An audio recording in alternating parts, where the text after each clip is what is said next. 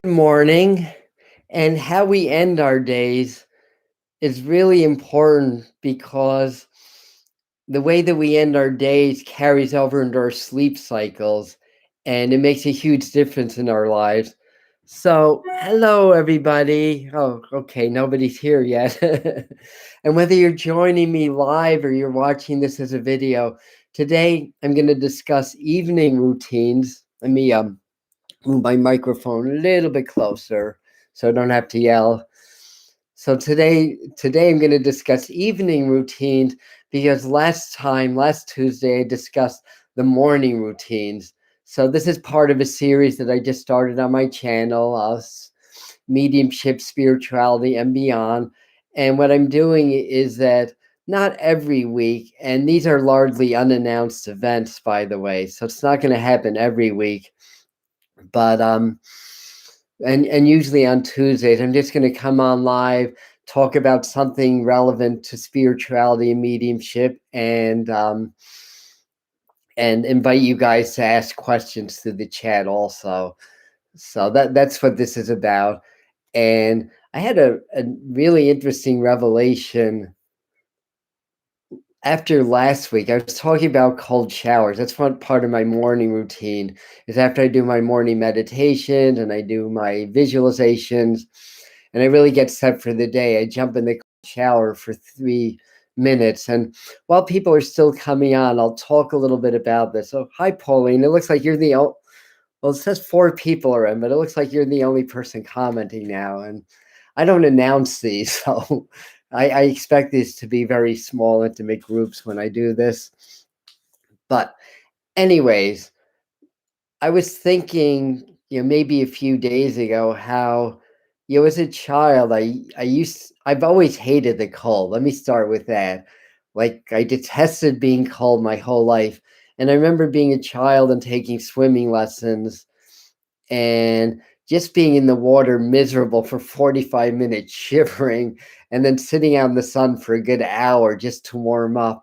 And it's always been that way. And the other thing is that I tend to have cold hands. And of course, that means I have a warm heart, right? And before I got my cataract surgeries done, about a few months ago, the nurse made mention of that, and she said something to the effect that my veins form these little knobs by my wrists and don't really let the blood flow through. And I'm thinking to myself, yeah, why is that? That happens when you are cold and your body automatically shuts off the blood to your extremities to protect your inner organs. So I was thinking about all this, and then I had this revelation about a past life dying from the cold, and then it all kind of made sense to me. And what's really cool is starting to do these morning showers. I mean, I did it for a few reasons, and part of it was that it's part of Kundalini yoga training, which is one of the things that I do. But also, I had a shaman that advocated that, and then I heard about Wim Hof, and everybody's telling me to take cold showers. Good for my health. I've had a history of autoimmune diseases, but that's in the history. I'm now perfect, of course, and inflammatory stuff, and it's also about discipline. So every morning, no matter what, and I'll tell you, I started in the summer. Once we got to around October, November, the water started to get really cold, and come February, it's basically snow melt here in the Catskills.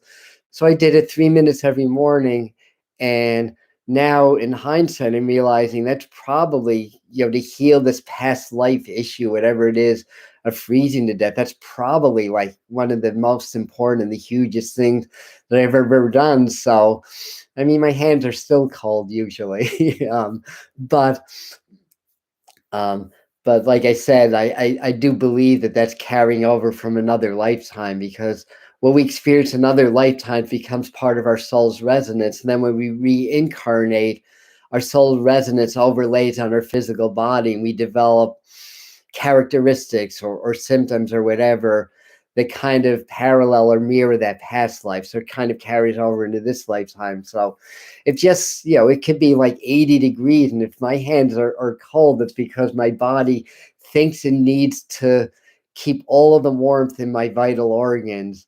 So now I have another facet of doing sleep programming or doing affirmations to heal that, because we're in this lifetime, we're in this great awakening now, because we're healing from a lot of different things from other lifetimes and earlier on this lifetime. So hi Yvonne, and whoever else is saying hi. I don't have my glasses so I can't really read, but hi everybody.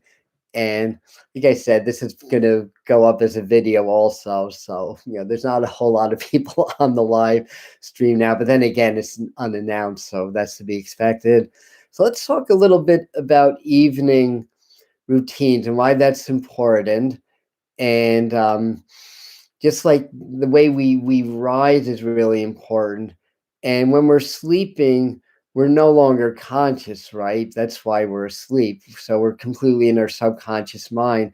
But our spiritual work doesn't end. We're basically in another reality, or other realities, or other dimensions. And I remember for years, this started maybe around 2017 or so, up until about a year ago, I kept having these dreams where I'd be in some parallel reality. Like I couldn't remember what I was doing in these dreams because everything was so different. It was just totally unrelatable in my physical reality. But the one theme was that I was always pushing through some challenge. There's always something going on that was very challenging, very, very difficult.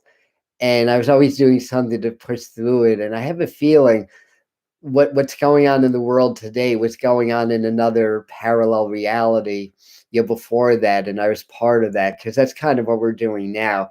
And I'm kind of relating the two, and I'm not really having those dreams anymore.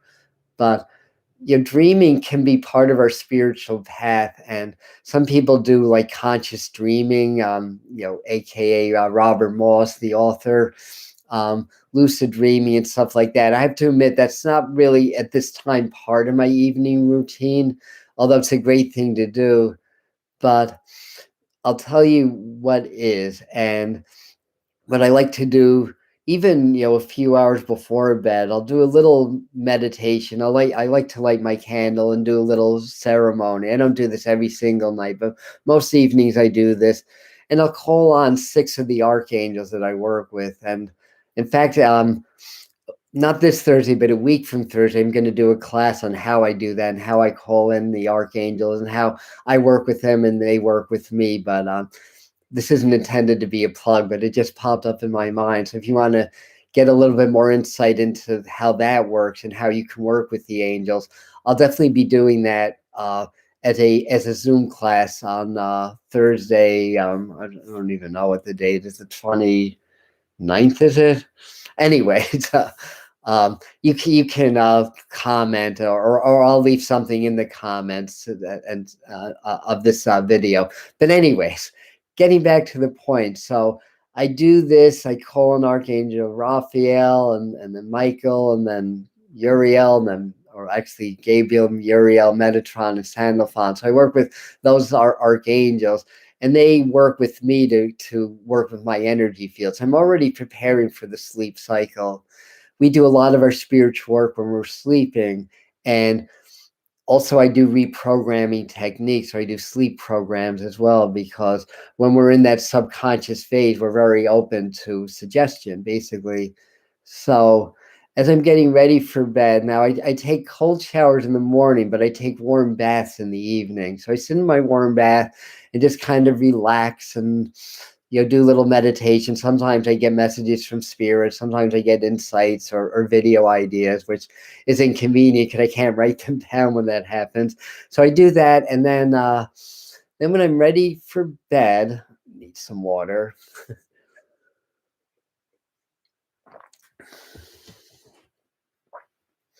So as I'm ready to go to bed, um, what I do is I do a process called scripting, and that's a law of attraction technique, which basically like having a journal, but journaling things that haven't already happened yet. So in other words, in my scripting, I am just writing about my day and my ideal life and my ideal place, and really feeling like it's real. So I do that for a few minutes. Sometimes even before that, I like to do my affirmations during the evening also as well when I'm done with my day of readings or whatever. So I do that, and then when I'm ready to go to sleep, I'll go into a little meditation. I'll do my prayers of gratitude. Now, what you take with you into your sleep is going to affect your entire sleep cycle, and it's going to affect your day that precedes that.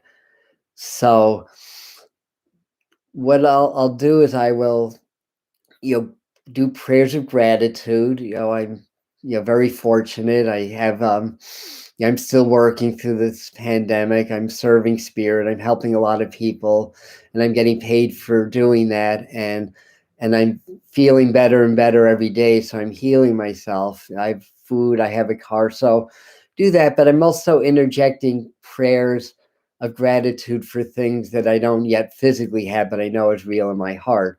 Like I say a lot that I'm manifesting a uh, a home in Hawaii and a life where I can travel and present either through mediumship or talks to hundreds or even thousands of people, making millions of dollars and inspiring millions of people. So I'm grateful for that also. And then as I'm doing my prayers of gratitude, sometimes I'll just put my hands in my heart and just really open and ignite my heart chakra before I go into sleep. And then I'll start to do my visualizations, and I'm actually living my ideal life. And I will kind of script scenarios in my mind. So that's another law of attraction technique. Um, like, for example, if you're looking to bring in a lot of money, or if you're looking to bring in a soulmate or whatever that it is, you're sort of in that space where it's already happening and kind of scripting it. Like a good example would be that um for my YouTube channel, though, the main reason that I'm doing this is because Spirit called me to do it, to share information, to help people. But it's also part of a business plan to attract a lot of following. So I'll basically, as I'm doing this, I'll imagine that I'm getting up in the morning and I'm looking at my analytics and seeing, wow, I have 2,000 new subscribers, or just something like that, just seeing crazy numbers and then being like, oh my God, like really feeling what that would be like, that all of a sudden the video went viral, and then going into the video and then texting Heather that does my editing. It's like, oh my God, look at the channel, see what's happening. And during that time, I might even just imagine that I have scratch off tickets. Every now and then I play the lottery, just, $5 or $10 here and there. I have pretty good luck. And I recently won $50, and one time I won 500. So you're given the odds are about, I guess, 1 in 4, 1 in 5 of winning anything. I tend to win out of one every maybe 2.5 tickets. Usually it's $5, $10. But the point being is I'll do this and I'll see the numbers match, and I'll see the word jackpot, and I'll really feel that surge of like, oh my God, I won. So I do this every night. I do this in the mornings also. And I carry these intentions with me to sleep with me. And that's basically the gist of my evening routine. And then, of course, in the morning, I have another routine. So again, when we go to bed at night, when we go into sleep, whatever energy that we hold, we're going to take that with our sleep. And we want our sleep cycles to be peaceful.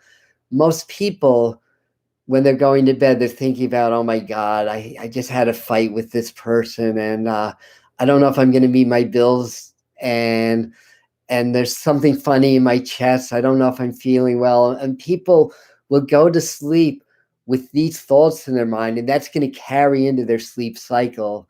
And what we think and what we feel, we create on a lot of different levels. And what we think about at night, we're subconsciously programming ourselves to perpetuate that reality, you see. So instead of that, and the other thing that I would mention is that give yourself at least a half hour of no electronics. Like, in other words, get done with Facebook, get done with Instagram. Give yourself some time just to relax, just to decompress from the day, just to do a little long, deep breathing, inhaling love, exhaling and release all the craziness of this world, and then going into your evening routine. So that's what I do.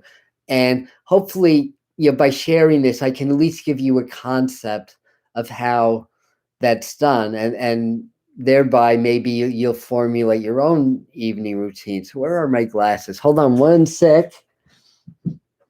This is the beauty of live, no edit. And I just want to see what's up.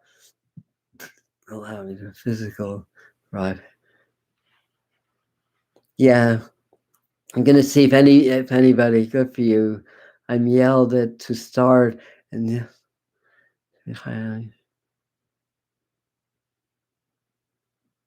that's not really luck. Yeah, I mean, there's another person on YouTube. What's his? I think his channel's called Manifest Yourself. It's another guy named Adam, and he's really very like sweet, soft spoken, really but really powerful person. And lately he's had all these lottery winners on, and there's been like he's been able to find like 5,000 people that have won various jackpots or big winnings in the lottery that have used the law of attraction.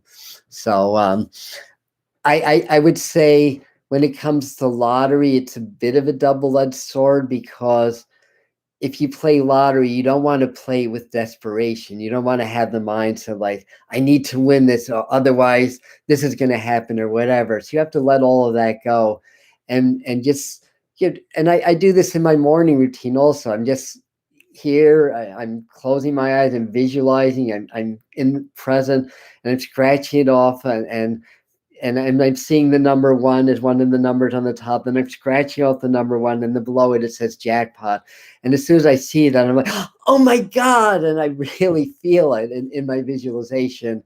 And that's what I do. And again, the idea is, and I'm actually filmed a video yesterday on attracting money. I do that from time to time on the channel because for me it's part of my spiritual path, because I've had all these money issues growing up and all these blocks with money, and and and money is basically energy, and it's the counterpart of spiritual abundance. So actually attracting a lot of money in your life is a good thing, because you have more energy. Right? It's almost like having more physical energy to do more in your life. If you have more financial energy, you can do more in your life also.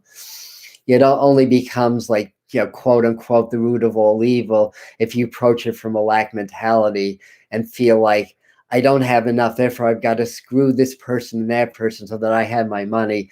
But that's not the way it works. It's part of abundance. There's plenty for everybody. So with that said, playing the lottery should only happen in a empowering, abundance consciousness way, not in a desperate way. Otherwise, it's not going to work. And what you do with your visualizations is you're reprogramming your mind. You're changing your energy fields, and therefore you're changing what you attract into your life. So if you do that every day, like a couple times a day, when you least expect it, you'll just say, oh, maybe I'll play today. This ticket feels right or whatever. Or if you do lotto, these numbers feel right. And then, oh my God, I can't believe that it won. And a lot of people have had that experience. So I'm going to check in, see if you guys have any other questions here. Any thought less than or lack? I switched it. Say money. It comes from me easily, effortlessly. I'm gonna be shouting people out today, because there's another YouTuber I love named Jake Ducey that talks a lot about exactly what you're saying, KD. And he's worked with people like Neville Goddard or Red Neville Goddard, and worked with Bob Proctor and people like that, the heavy hitters of law of attraction work. So yes, ancestral and cosmic has been huge. So let me check. Does anybody have any questions for the day? Jake is the best. Oh, thank you. So I have another Jake Ducey fan here. Said, wish we got the air mattress and found. Yeah, exactly.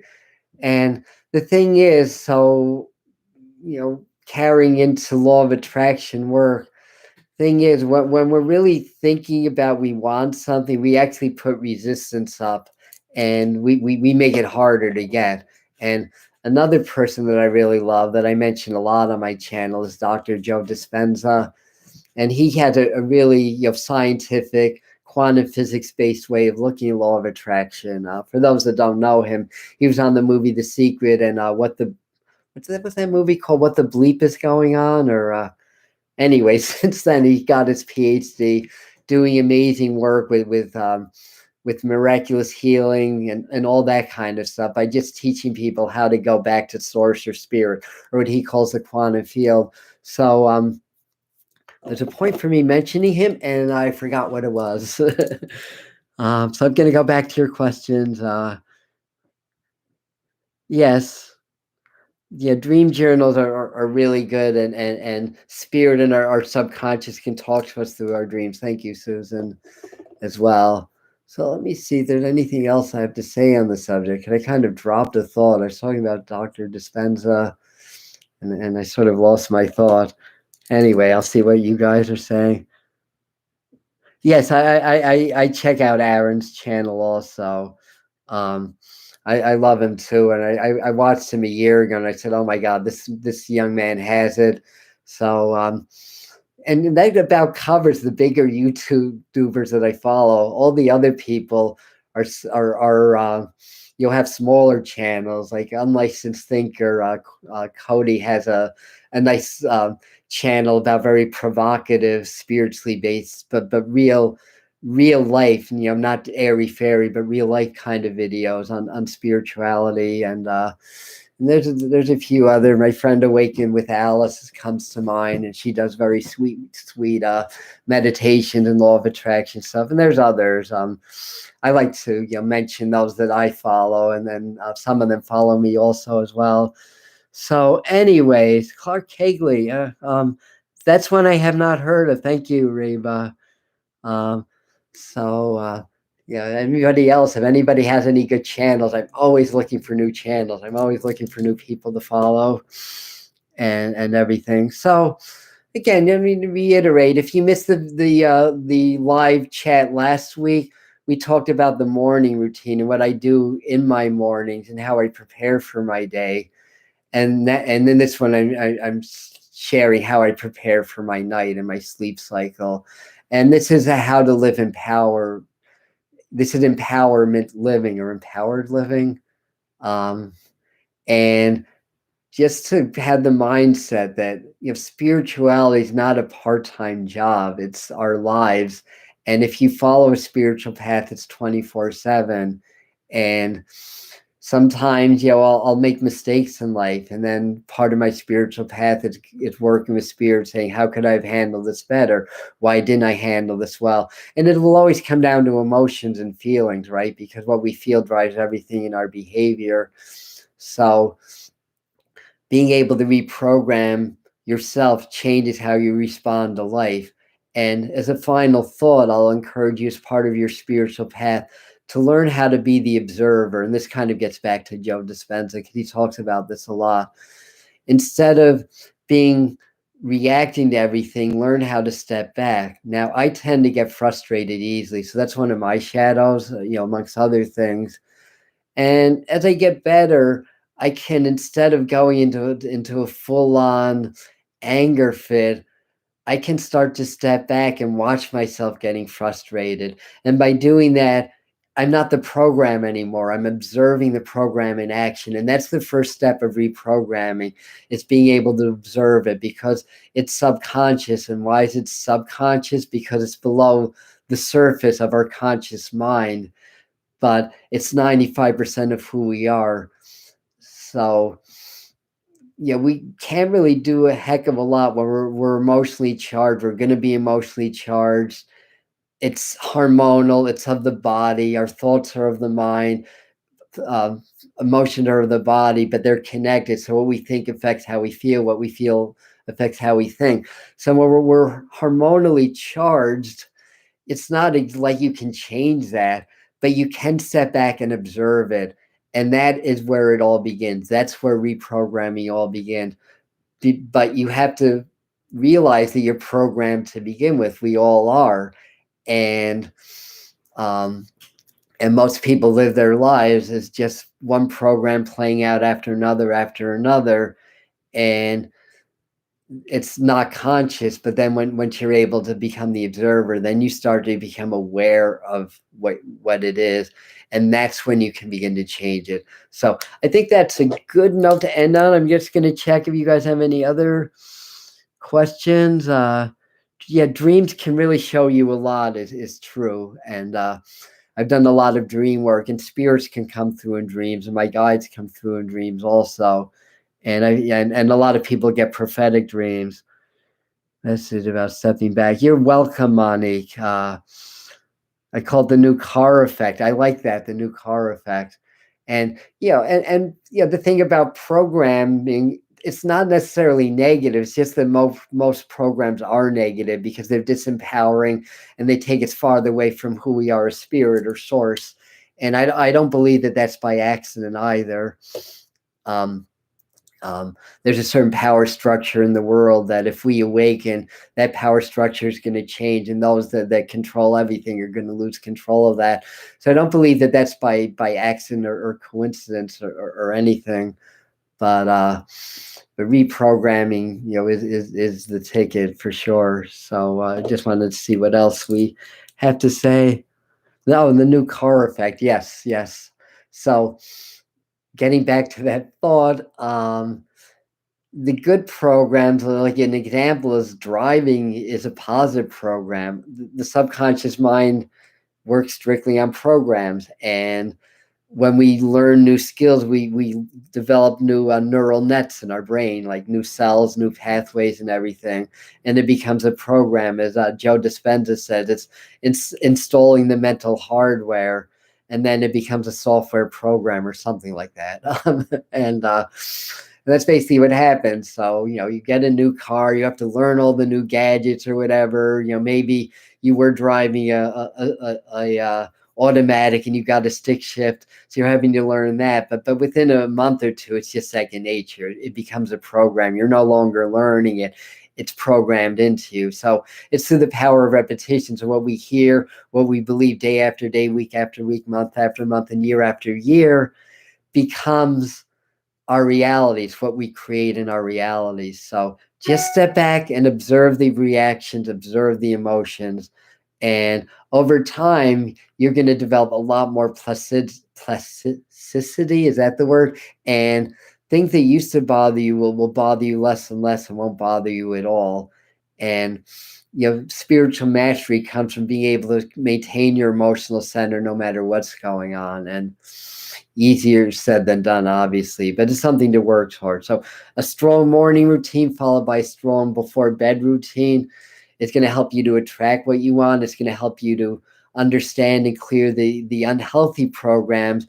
And if you work with law of attraction, affirmation work, and other techniques, it's going to help you to reprogram your mind the way that you want to be programmed rather than the way society wants us to be programmed.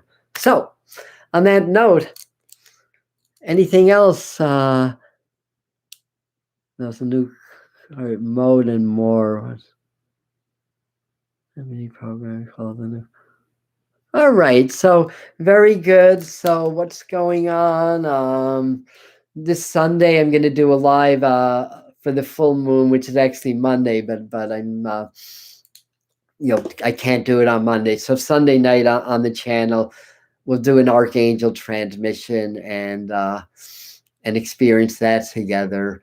I'm not sure which archangel, though I'm leaning toward Raphael. But as I get closer, it may be all of them or whatever. But that I do that on every full moon on the channel now. It's an energetic transmission that I open myself up to spirit. Spirit uses my energetic systems in order to become a conduit for their energy, basically, and I'm able to share that with the group.